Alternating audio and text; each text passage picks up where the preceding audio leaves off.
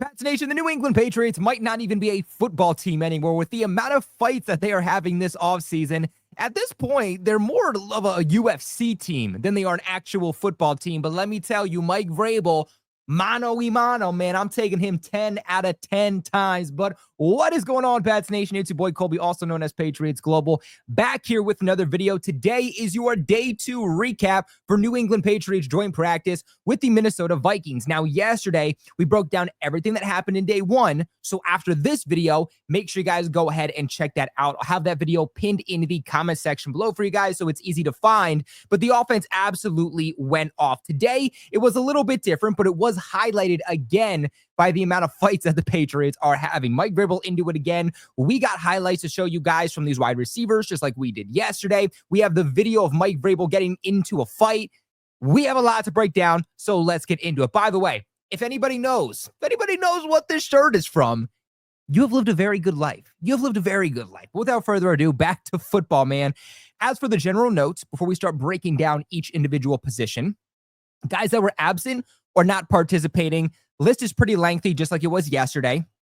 Ramondre Stevenson, Terrell Jennings, Kendrick Bourne, Jalen Polk, Jelani Tavai, Marte Mapu, and Christian Gonzalez. So all the guys that we heard from Mike Vrabel yesterday that weren't going to be participating are the same guys through 2 days that are not participating. Now, as for guys that returned, we got Hunter Henry. This was a note that I had yesterday, and I said, we'll have to see for day 2.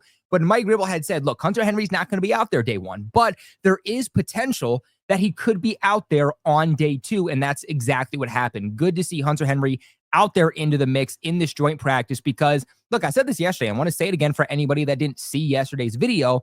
Vrabel has said before that sometimes these joint practices, you get more takeaways from these than you do the actual preseason. So it is really, really pivotal and important for these starters to be there in these joint practices because it's our first real look and this team's first real opportunity to start building that chemistry and continuity against a team that is not their own. Now, on top of Hunter Henry returning, you also had undrafted free agent edge rusher Elijah Ponder return. He had a couple of good moments so far this summer. And then DJ James also returned, a guy that was stellar, against the Commanders in joint practice, also in the first preseason game, someone who's done really, really well throughout training camp. Good to see him back into the mix. Now, guys that were limited, and this list is also longer than you'd ideally like. So you had Jared Wilson, the Patriots rookie center/guard, who's been repping in at starting left guard. Sounds like he's dealing with something.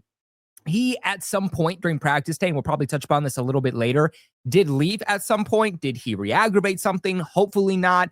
Is it because he's a limited participant? Are they just, having him practice a little bit and having him not go full go? That's also potential. DJ James, like I said, did return today, but he was also a limited participant. So sounds like he's dealing with some type of injury. And then you also had Jabril Peppers as a limited participant also.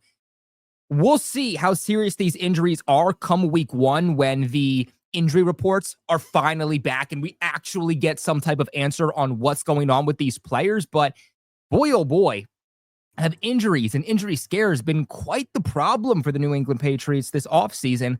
And this team has a lot of potential. Year 1 of Vrabel in this system, they have a lot of potential. But the one thing that will hold them back is injuries, just like it would for any team. So hopefully the injury bug does not bite the Patriots. Knock with me, Pats Nation. Knock on wood. Any wood you can find right now. Not that wood.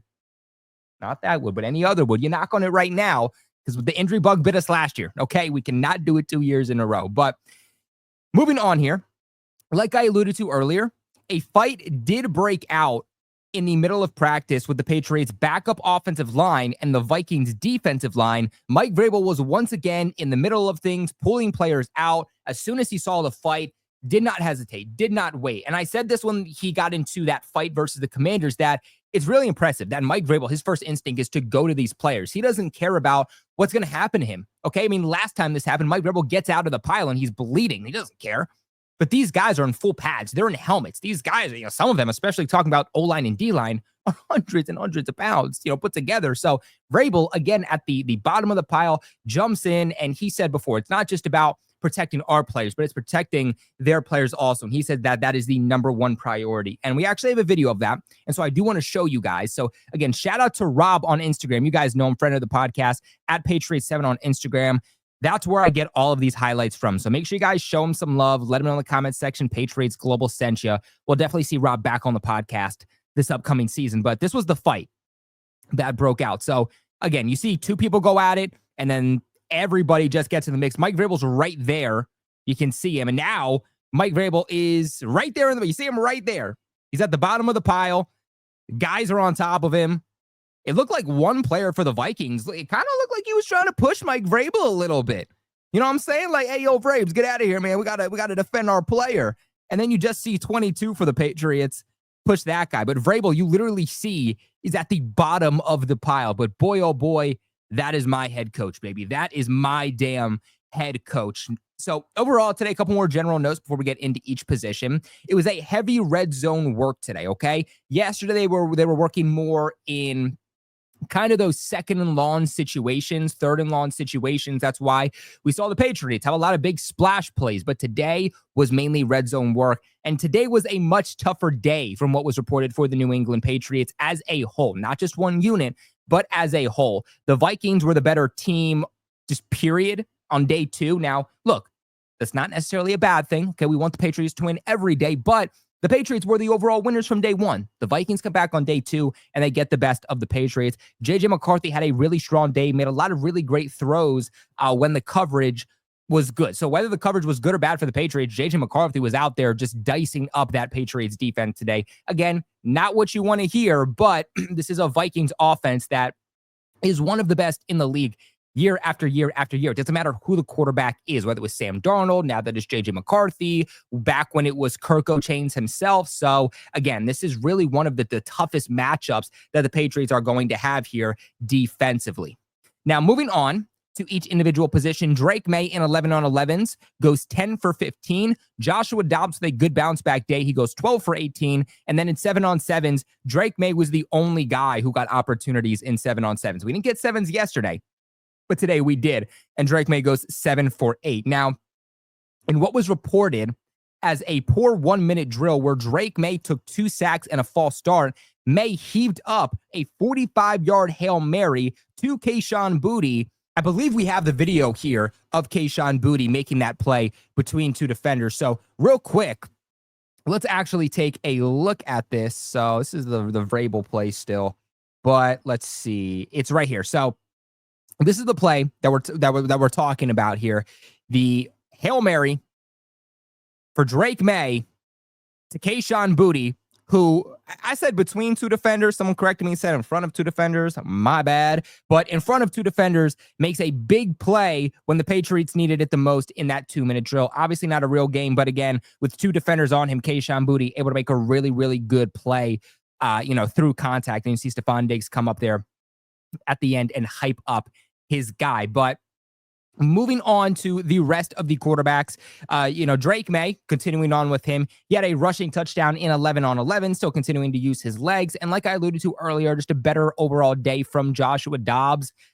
Look, it didn't sound like Mike Vrabel, early on in press conferences before the start of day 2. Sounded like he wasn't very happy with Joshua Dobbs, and that makes sense. Joshua Dobbs, I think, has been extremely disappointing from what the expectations have been from him coming in. Now, look, it's good that Josh Dobbs bounced back today, don't get me wrong, but we've seen this from Josh Dobbs before. Struggled a lot throughout training camp. Then he got upset with himself, had a really good bounce back day, but then sucked again. So is this going to be the turning point for Josh Dobbs, or are we going to see Josh Dobbs in the preseason look like absolute crap, and then him bouncing back today didn't matter? When you bounce back, you should bounce back and then be consistent. You might have some struggles and, might be ups and downs at times, but you shouldn't go out the next day and struggle, right? So moving on here to the running backs, TreVeyon Henderson had a touchdown catch from Drake May in 7 on 7s.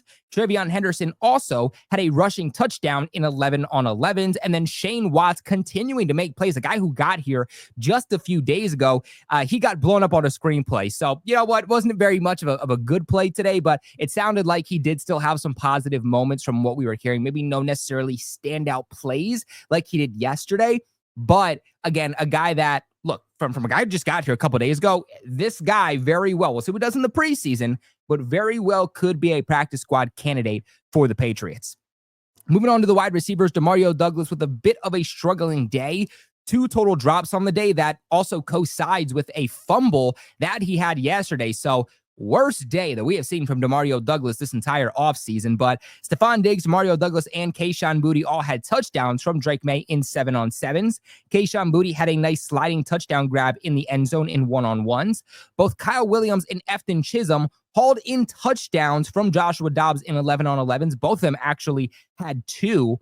And then Javon Baker also had a nice touchdown from Joshua Dobbs in 11-on-11s with multiple defenders around him. And then Efton Chisholm was a standout with the second team offense. So still not seeing a whole lot of reps for Efton Chisholm with the first team offense. I think that's one thing that as fans want to see. We really want to know if this guy's going to make the final roster, what can he look like? And we're not going to know that unless he gets first team reps consistently. But from what the media was saying, they said that Efton Chisholm was getting open regularly, confidently, and was consistently making plays with Joshua Dobbs. They said it's no debate.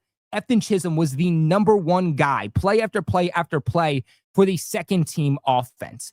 It's the go-to guy for the second team offense, the player of the second team offense.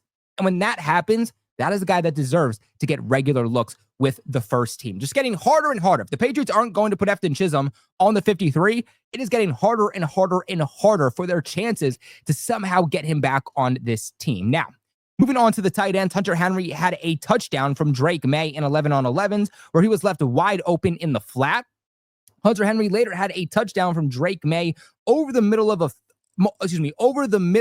field on an off-platform throw by Drake May. Austin Hooper also had a touchdown today from Drake May on an over-the-middle tight end window throw. And then Jack Westover, who continues to rep in at fullback and getting some opportunities as tight end 3. He had a touchdown up the seam in 11-on-11s from Josh Dobbs. It feels pretty confident to me that at this point, Jack Westover is going to make this roster.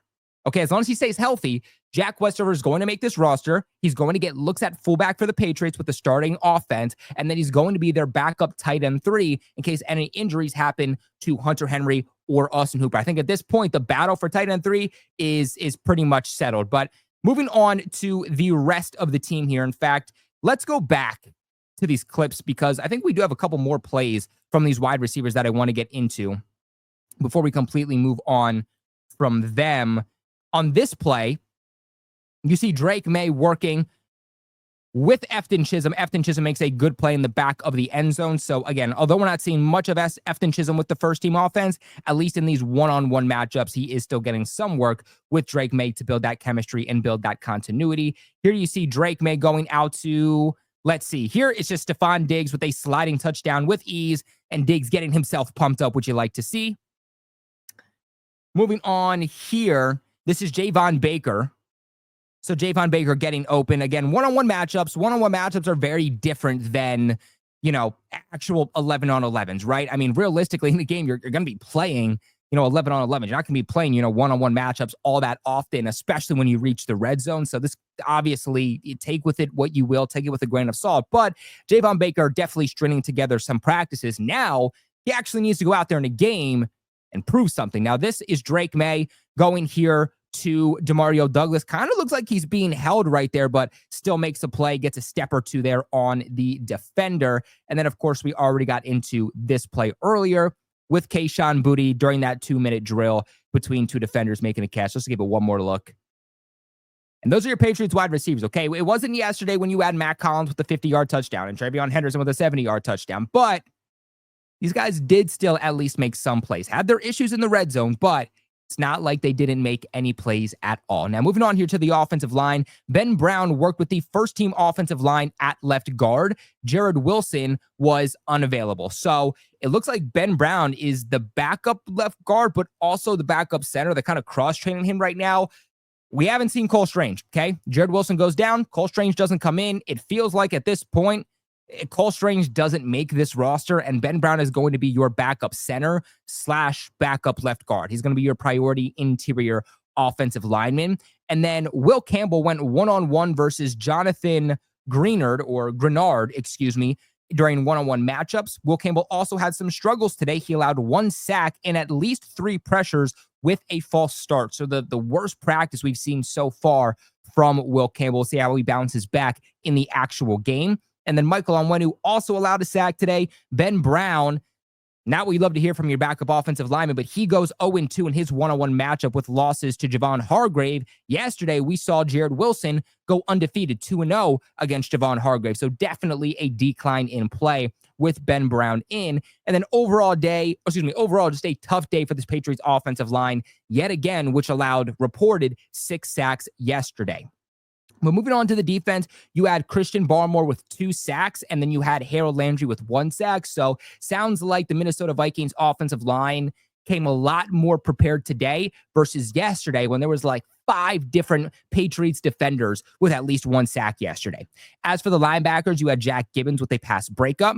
Marcus Jones allowed a touchdown on a slant route. He had a pick yesterday, so it sounds like he comes in here today, struggles a little bit more. And then as for the safeties, you had Kyle Duggar with 1 pass breakup, and then Craig Woodson allowed a long touchdown to Aaron Jones on a wheel route. So sounds like, it was Craig Woodson, the Patriots rookie 4th-round pick out of Cal. It was his responsibility to cover Aaron Jones out of the backfield, the running back for Minnesota, and he just got beat for a long touchdown there. Not ideal, but again, a veteran against a rookie. Sometimes plays like that, unfortunately, do just happen. And surprisingly, nothing about special teams. Yesterday, it was all Andy Borgales. I thought today would be all John Parker Romo. Split the days up like they did earlier on in training camp, and that just didn't happen. So in what we do expect to low-key be a kicker battle right now, with John Parker Romo kicking a 57-yard field goal in last week's preseason game, it is very surprising that they didn't give him any work during this joint practice. But guys, that is going to end it for today's video. This is where I kick it off to you guys. What are your thoughts for New England Patriots? What are your takeaways for New England Patriots day 2 of joint practice with the Minnesota Vikings? Let me know in the comment section below. Hit that thumbs up button if you found this video interesting or learned anything. It helps support me tremendously. And of course, hit that subscribe button. Join the New England Patriots, Patriots Global family, baby. This is your one-stop shop. Everybody says it, but we've been doing this for like 10 years, okay? This really is and has always been your one-stop shop for everything involving the New England Patriots. But until next time, my name is Colby Cochran, also known as Patriots Global. Go Pats.